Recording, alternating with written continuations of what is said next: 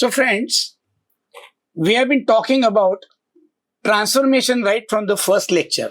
If you remember, the motto or the goal of my organization is three things: information, inspiration, and transformation.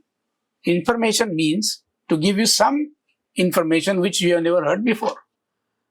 Inspiration means letting you know that you can do 1,000 times better than you think you can. And transformation is your reaction to the same environment will now change. That is called transformation. Out of all these the three things, third part is the most important part, and that is called transformation. I told you that in the lecture called Anatomy of Success, which is available elsewhere on the YouTube, just listen to it. I made it very clear that success depends on what? Success depends upon the efforts that you are likely to put in, hard work that you put in.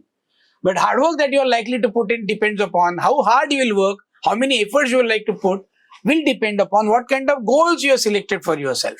If the goals are higher, efforts will be more, success will be there. If the goals are lower, the efforts will be lower and the success will be lukewarm. The most important question is, the goals that we select for ourselves depend on what? Because that is a crucial question. You must have observed, if you go back in your life, you will realize that whatever you are right now is because the kind of goals advertently or inadvertently you have set for yourself. Now, the million-dollar question is, the goals that we choose for ourselves depends on what? I told you, and I made it very clear, that it depends upon self-image. What is a self-image? It's all the beliefs that we have collected over the years about my capabilities. I'm capable of this, I'm capable of this, I'm capable of this, I'm capable of this. We have collected these beliefs from our past life. And we have also collected a lot of beliefs about what I'm not capable of. So all those beliefs of being capable of and being not capable of, if you put together and then you look at yourself, that creates your self-image. And then the self-image is the ultimate boundary which you cannot cross. It's like a self-created prison, and you are trapped yourself in that self-created prison. And who's responsible for that? No one else. Not the society, not your parents, not your teachers, not even all the events that have happened in your past which have led to this kind of beliefs. Even they are not responsible. You are responsible because you are a victim of a survival mechanism. What is a survival mechanism? I explained it in detail in the first lecture. Survival mechanism asks you that every event that happens around you has to be interpreted. And then you store that event along with its interpretation, and then similar event when it occurs, then you react from your experience of first event. So that is called survival mechanism. So there is a mechanism called factor interpretation. There are certain facts. Facts are actually happening in reality. They have got 4 coordinates, x, y, z, t. But interpretation has no coordinates because they never happen in reality. They happen in our mind. A fact does not have one and only one interpretation. There is no such thing called a correct interpretation of the facts. Facts can be interpreted in thousands and thousands of different ways, right? So interpretations are not real. There is no such thing called actual interpretation. There is no interpretation. Things just happen. They don't come along with meaning. Meanings are in our mind, and we set the meanings to those events. And later on, whatever meaning we have set at that point of time, the meaning and the fact gets collapsed in each other, and we cannot separate them altogether. So the meaning becomes the fact and fact becomes the meaning, and thereafter we arrive at certain conclusion, and then those conclusions form the walls of the prison called our self-image. So if you want to create a new world, if you want to be really free, if you want to enjoy real freedom, then you have to get rid of yourself. Then you have to get rid of your own self-image, which you yourself created. No one else is responsible for that, and freedom is with you. There was a famous book by Richard Bach, and the sentence that he has written is fantastic. He says, if God has given you a wish, He has also given you power to make it true. Thousands and thousands of people have proved this.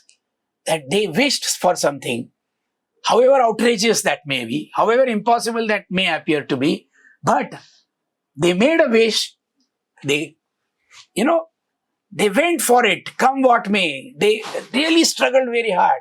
And after that struggle, they arrived at the success. And that is called the making the wish true.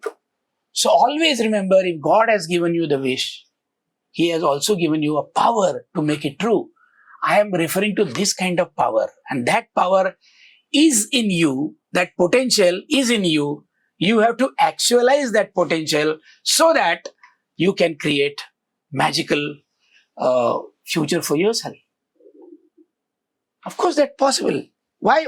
Because I told you, the self-image can be broken to pieces. If the self-image is that you are ordinary, or just you are an average, or you are just more than average, whatever the self-image is, it can be broken, because those self-images are created out of some interpretations associated with some events in your life. So, my practical method to this problem is very, very, very, very simple. First of all, take a piece of paper and write down, what do you think about yourself? You may say, I am clumsy. You may say, I am short-tempered. You may say, I am good at this. You may say, I am very bad at this. You may say, I am very shy. You may say, I am very good at public speaking. Whatever you think, whatever describes you, or whichever adjectives people and you yourself use for expressing yourself, those objectives are collections of your self-image. So all those objectives you write down on one paper. Then you write down what are the negative adjectives that you use for yourself. I am not this, I am not this, I am not this, I cannot do, I cannot do, I cannot do, I cannot do. I am not good at subject. So ask as many questions as you want. In fact, ask all those questions which are bothering you, that I did not do this in my life. Why should I? And if you're missing it, those are the questions which you should point out, and then find out why whatever you wanted did not happen. If you analyze all those topics, then you will realize that there is always some incidence associated with that interpretation. That interpretation has come out after a particular event have occurred. And after the particular event occurs, you have arrived at an interpretation. Go back to that event, leave that event again, relive that event again, and arrive at a better interpretation. Because I told you, there are two kinds of interpretation, freezing and freeing. I just move my hand in my lecture like this. Once I had just moved my hand like this.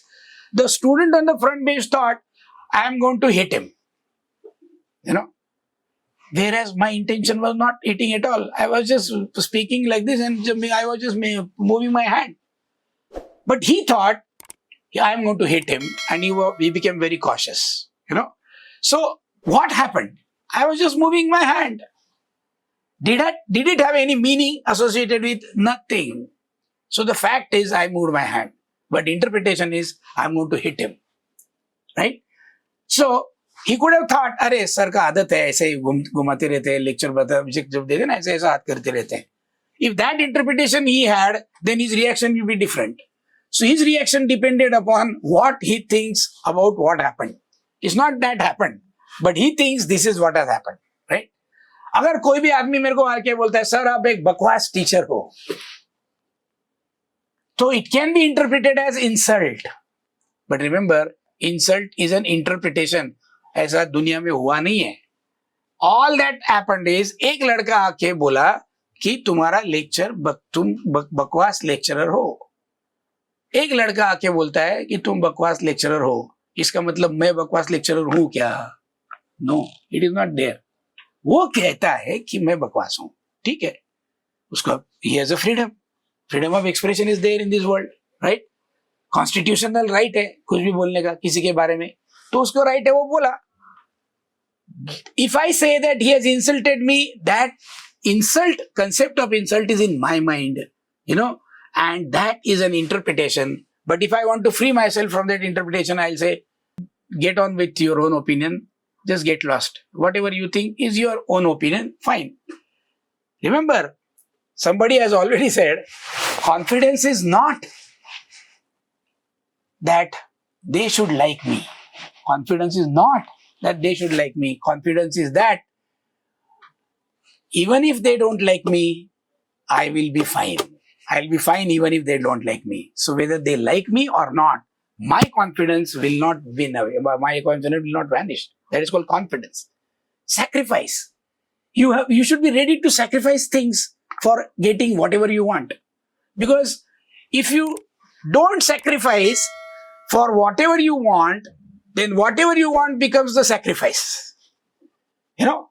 So अगर आप कुछ करना चाहते हैं तो उसके लिए आपको कुछ चीजें छोड़नी पड़ेगी. अगर आप कोई भी चीज छोड़ना नहीं चाहते हैं, तो तुमको जो चाहिए वो तुम्हारा सैक्रिफाइस हो जाएगा. तुमको सोचना है, there are three things, consistency, hard work, confidence, and sacrifice. These are the three things which are cornerstones of any success. So I am asking you to do one simple exercise. That exercise is consisting of what? Go through all the past events which have created negative self-image. Go through all the past events which have created positive self-image, and go back to those events and try to change the interpretation. Then you will realize that you are free from the effects of those events. Those events were not responsible for whatever you think about them. Your thinking must change. And if that happens, well and good. If that doesn't happen, that also doesn't make any difference, because that had happened in the past. If you now get rid of all those past events and say, past is past, I cannot change it, but from here onwards, I will have a self-image of being an extraordinary person, full stop. Come what may, I am a person who's capable of doing anything he wants. He can go for anything that he wants. He has the ability of reaching that top, or whatever the goals he set for himself. I can do it. Forget about the past. Whatever might have happened in the past, I'm not considering, because past is a history. Past is a history, and future is what? A mystery. Future is a mystery, but present is actually a present. That is why it is called present. It's a gift, right? So forget about past and future. Just try to live in today, present. Why? That is why it is called present. There's a famous sentence I think I heard in some movies or something like that, but I liked it very much. So remember one thing, that this is what is going to give you. So first of all, you have to change. You have to change yourself. You have to change your paradigm. You have to change the perspective of looking at yourself.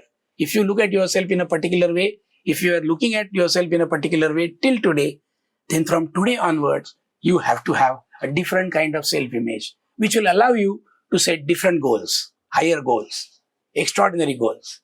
And those extraordinary goals, achieve karne ke liye, you will have to put in extraordinary efforts. And those extraordinary efforts will lead to what? An extraordinary success. Last time also, I told you an example of a person I told you that human beings are of two categories, scalars and vectors. I don't know, this is a beautiful definition. It is languishing in the world of mathematics. It should be applied to human beings. There are two kinds of human beings, scalars and vectors. Scalars means what? The people who do a lot of things, but they do not know why they are doing it. They are aimlessly wandering from one place to another place, In other words, wherever they go becomes their goal. But there are vectors. Vectors means what? A quantity which has got a magnitude and direction. They will do little things, but whatever that little they do, they will take them in a particular direction. Why? What direction they will choose? The directions are always given by the goals that you have created. You create a goal, you create a charged field around you. Every point in that field experiences magnitude and direction. It forces you, मेरे को यहाँ जाना है. Suppose in the morning you get up and say, आज ना मैं कम से कम 10,000 steps walking करूँगा, right? आज ना I am going to write at least 2 pages of prose, okay? आज मैं ये करूँगा. That means you have created goals. Now, the moment you created goals, your entire day becomes charged because it has got a magnitude and direction also. क्या करना है clear है, तो जब हमको क्या करना है clear होता है, तो क्या नहीं करना है वो भी clear होता है. If I'm standing in front of a TV and I put on Netflix and if I'm watching a serial, my mind keeps on telling me, Babare, what are you doing? You were going there. You wanted to do that and you are doing this.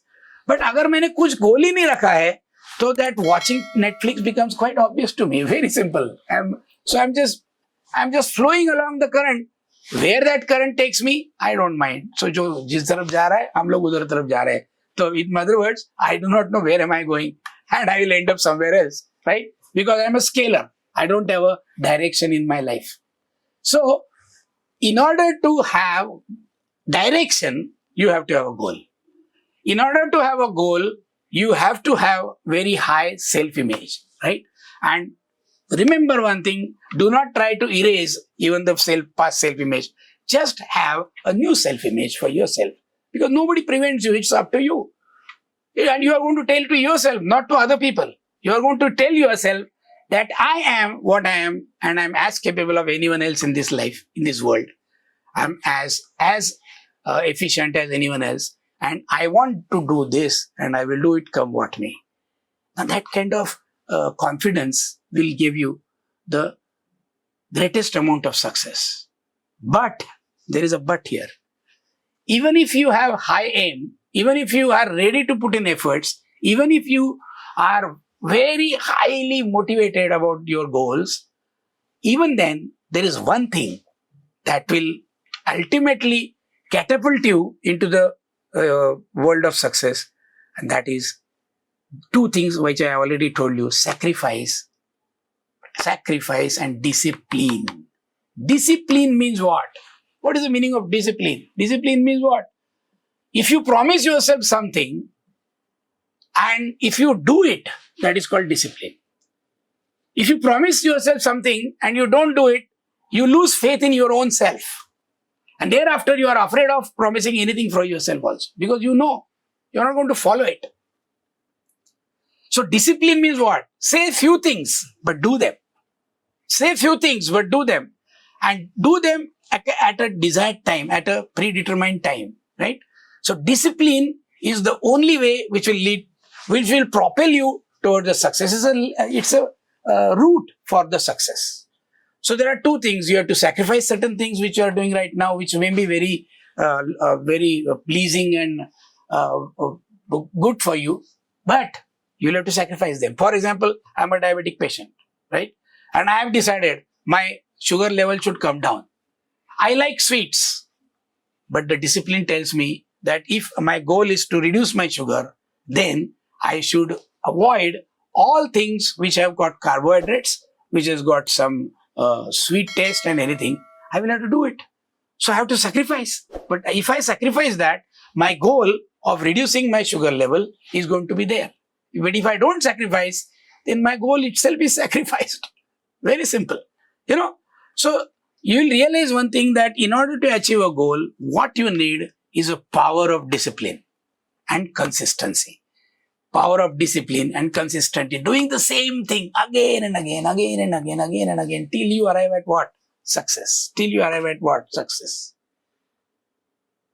I can give you thousands of examples of great human beings, great scientists, great mathematicians, and great many people who have achieved that kind of extraordinary success only out of two things: discipline and consistency. They never believed they will get there, but they got it.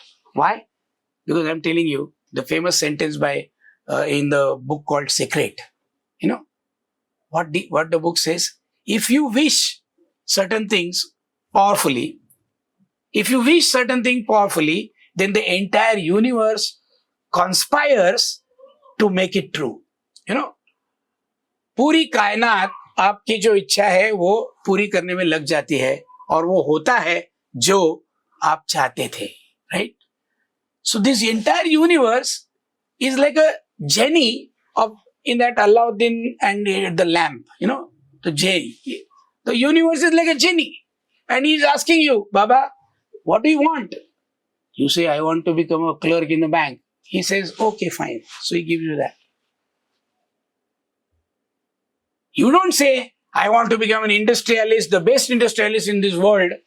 If you had said that, the entire universe would have conspired to make you that. It is only what you wish that matters. So change yourself, bring out transformation. That is my ultimate advice. Thank you very much.